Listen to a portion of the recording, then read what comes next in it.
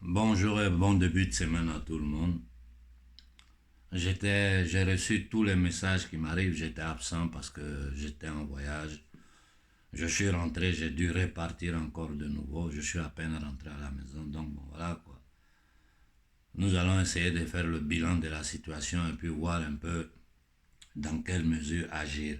Écoutons cette vidéo Ma ensemble. contribution parce que ce qui concerne le Niger me touche en premier. Malheureusement, certains sont morts pour la bonne cause. Le ministère de l'Intérieur nigérien, via un communiqué, a en effet fait état de 2 morts, 11 blessés graves parmi les manifestants.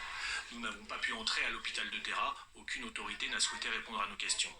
Quelques-uns ici ont accepté de témoigner. Mon petit frère est une des victimes. Il avait 23 ans. Le matin, il s'est réveillé. Nous avons prié ensemble. J'étais sur place depuis le matin et aucun de nos militaires n'avait donné l'ordre de tirer. Je peux vous assurer que ce sont les militaires français qui ont tiré les gaz lacrymogènes et les coups de feu. Et tous les témoignages recueillis accusent l'armée française. Je remercie l'armée nigérienne qui est venue pour le maintien de l'ordre. C'est surtout l'armée française qui est à la base de ce massacre. Certains ont été présents au contact du convoi des soldats et des gendarmes nigériens. Ils ont tiré sur nous. L'hélicoptère a fait 2 fois avec son gaz qu'il mangeait. Mais si c'est pour tirer là, c'est le Français même qui nous a tiré. Parce que le truc, c'est devant moi qui s'est passé. Ils ont dit que c'est pas eux. C'est les gendarmes de Niger qui l'ont fait. C'est faux, c'est pas vrai. L'état-major des armées françaises nous a parlé. Il reconnaît bien des tirs, mais des tirs de lacrymogènes, des tirs de sommation et des tirs de semonce au sol, pour éloigner une foule violente, pour éviter le pillage du convoi et la mise en danger de conducteurs civils. L'arrivée de...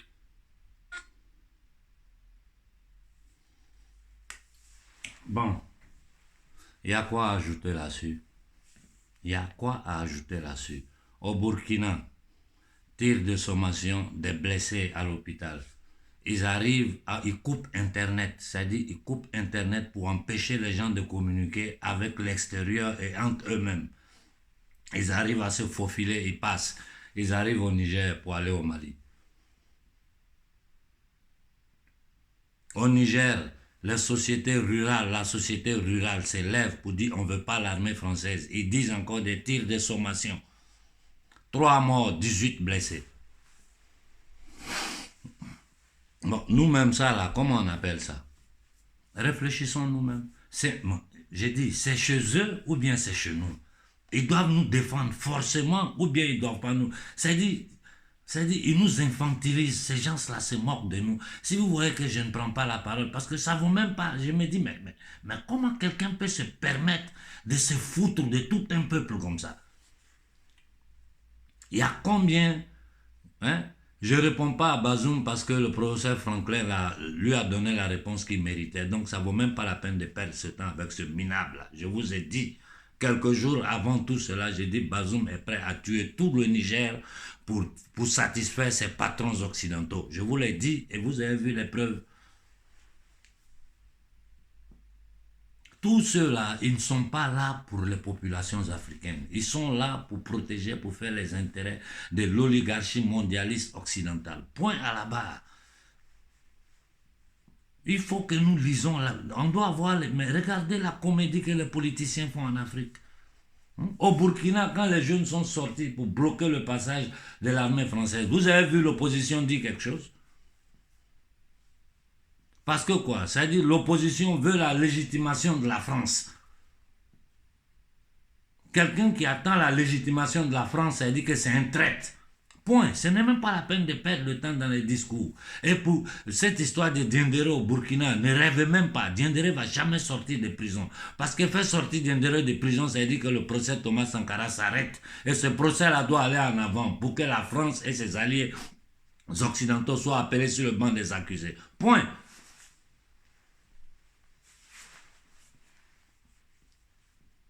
Nous sommes en guerre. Notre peuple est attaqué. Nous sommes en guerre, notre peuple est attaqué. Il nous attaque de tous côtés. Regardez ce qui est en train de se passer sur la corne de l'Afrique. Regardez l'Afrique centrale, dans quelles conditions l'Afrique centrale est. Regardez l'Afrique de l'Ouest, dans quelles conditions ça est. Partout, il y a des rébellions qui s'élèvent. Il y a combien de milliers de soldats français et de l'ONU sur le sol sahélien? Il y a combien? Comptez-les. Combien de milliers ils sont? Combien de tonnes de matériel militaire ils ont transporté sur le sol africain? Entre les chars, les avions, tout ça. Combien? Comptez. Tous ces pays occidentaux, avec tous leurs satellites qu'ils ont, les drones, ils n'arrivent pas à avoir un groupe de terroristes. Ils n'arrivent pas à avoir des groupuscules de terroristes qui se faufilent dans le désert avec des centaines et des centaines de motos. Ils n'arrivent pas à les voir. Avec toute la poussière qui soulève, les 4x4 flambant neufs qui se suivent des centaines de cars. Comment ils font pour faire entrer tout ça dans le désert et ils ne voient pas? Qui leur donne la logistique? Arrêtez de vous foutre de la gueule des Africains. Maintenant, là, comme je vous ai dit, moi je suis fatigué de blablabla. Nous sommes à un point où c'est que nous, le travail que nous faisons derrière le rideau, on ne peut pas vous le dire ici. Mais sur le terrain, vous qui êtes sur le terrain, vous devez vous organiser. Vous devez vous organiser. Et je sais que vous êtes en train de vous organiser pour une grande sortie. Et la confrérie va vous donner tout le soutien qu'elle peut. La confrérie donnera tout le soutien. Comme vous voyez, nous sommes en train de travailler avec vous en privé. Même si j'ai été absent ces jours-ci, c'est parce que j'étais obligé de faire certains voyages pour rencontrer certaines personnes. C'est-à-dire le travail qui se fait derrière le rideau. Mais il faut que nous comprenions une chose, ce qui est l'essentiel, c'est que si les peuples ne s'élèvent pas là, ces gens-là, ils vont arriver à leur plan. Dans ma dernière vidéo, je vous ai dit cela, il faut qu'ils arrivent par tous les moyens d'empoisonner les Africains. 2 jours après, on dit qu'il y a une variante africaine qui est sortie. Vous avez tous entendu. Ce problème-là, j'ai trop risqué là-dessus. Tout ce que je devais vous dire, je vous l'ai dit. Donc que chacun prenne sa responsabilité. Celui qui veut vivre, il sait ce qu'il doit faire. Celui qui ne veut pas vivre, il sait ce qu'il doit faire. Je sais que parmi nos frères de la diaspora ici, beaucoup sont en difficulté. On a un frère qui est toujours en contact avec moi. Je m'excuse auprès de lui publiquement. Comme tu vois, je suis vraiment débordé. Je suis toujours en train de courir à droite, à gauche. Mais il faut que nous de la diaspora ici, tous ceux qui sont en train de résister, il faut que vous vous mettez ensemble, comme le frère m'a dit en privé, pour créer une association. Et puis à l'intérieur de l'association, nous allons voir comment essayer de nous entraider entre nous ici, en attendant que cette histoire ne finisse. Donc, comme je disais, au Niger, les frères sont en train de se préparer. Au Burkina, préparez-vous. Préparez-vous. Je ne sais pas s'ils ont déjà donné la date parce que je n'ai pas pu rentrer en contact encore avec le frère de la confrérie à Paris pour savoir ce qui s'est passé exactement. Mais si la date sera donnée, tout le monde sera informé. Je veux que tout Niamey s'élève. Tout Niamey doit s'élever pour demander le refus. Pour demander le refus de l'installation de bases militaires occidentaux au Niger.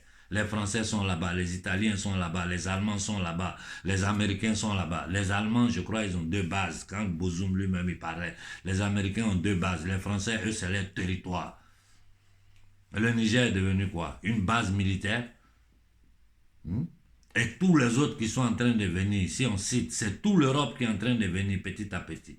L'Italie est en train de signer un pacte avec la France sur le plan militaire. Ça veut dire que la France va se cacher et vont mettre l'Italie devant, vu qu'ils ont une base au Niger. Ils ne sont pas là pour les terroristes qu'eux-mêmes ont créés. Ils sont là pour une nouvelle occupation et une nouvelle balkanisation de l'Afrique. Voilà la réalité des choses. Et dans ces 2 points-là, j'ai dit bien Mali et Burkina, il faut que Burkina et Niger, il faut que vous deux, ces 2 pays-là, s'élèvent le même jour. Donc, je vais demander à la confrérie de vous mettre en contact entre vous. Il faut que vous sortez le même jour. Je sais à peu près quand les gens vont se lever à Niamey. Mais il faut que ce même jour, les gens se lèvent à Ouaga pour que le bruit soit plus grand, pour que le monde entier puisse voir que dans ces 2 pays-là, les gens sont sur pied. Et si au Mali, vous avez la possibilité, faites-le aussi. Mais Bozoum, là, Bozoum, c'est un ennemi de l'Afrique. Donc, il faut que Bozoum comprenne que s'il tire sur un fils du Niger, c'est sûr c'est sur tous les fils de l'Afrique qu'il est en train de tirer. Ces gens-là, nous devons les délégitimer. Il faut plus accepter leur autorité. C'est des illégitimes. Des gens qui sont là, qui travaillent contre le peuple. C'est des illégitimes. Donc, la jeunesse au Niger, mais quand le gars il vous dit des bêtises, il ment vis-à-vis en direct. Hein? Et puis, il parle lui-même, quand il parle, il ne se rend pas compte de ce qu'il dit. Tu sais, tous ces pays-là, ils sont en train de former tous ces gens. Et puis, on continue de tuer nos parents. Depuis combien d'années ils sont dans le désert là-bas? Arrêtez de vous foutre des gens. Vous pensez que la jeunesse d'aujourd'hui du 21e siècle, c'est la jeunesse des années 1960 où les gens avaient des radios et puis vous leur bombardez dans les oreilles du n'importe quoi. Aujourd'hui, les jeunes nous écoutent. Le seul conseil que je vais donner à tous ceux qui vont se lever au Burkina et au Niger, nous là, on n'est pas des violents. Il faut sortir avec des pancartes écrites clairement. On ne veut pas l'armée française chez nous.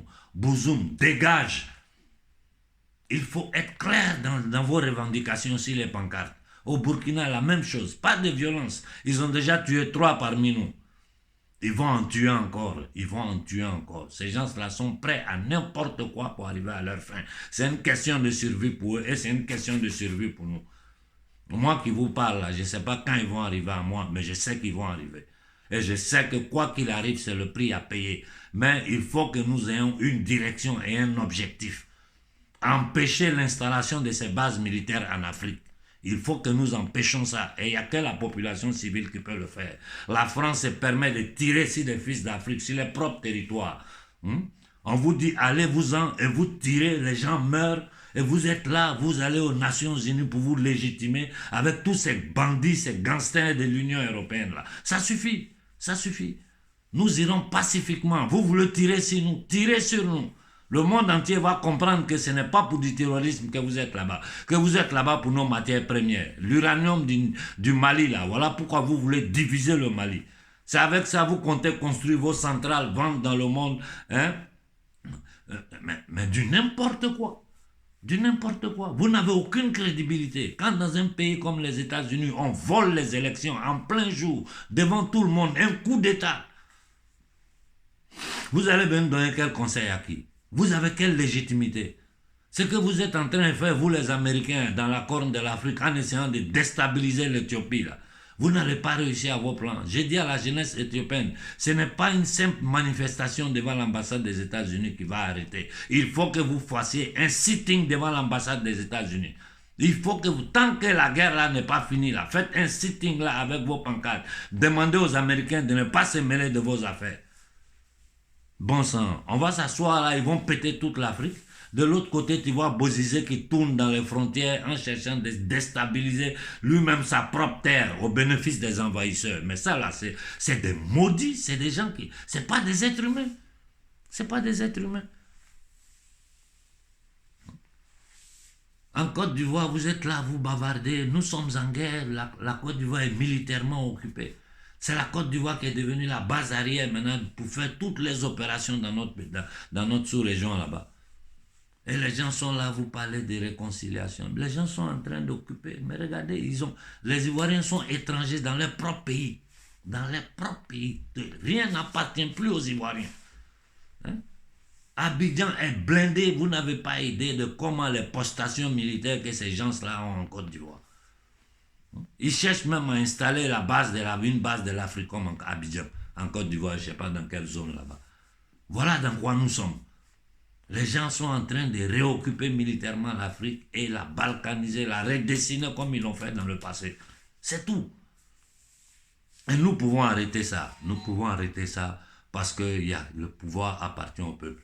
Excusez-moi, on vient de me sonner, donc je dois arrêter la vidéo. Voilà ce que j'avais à vous dire. Il faut continuer le combat. Il faut résister. Il faut résister. Nous pouvons gagner. Bonne journée à tout le monde.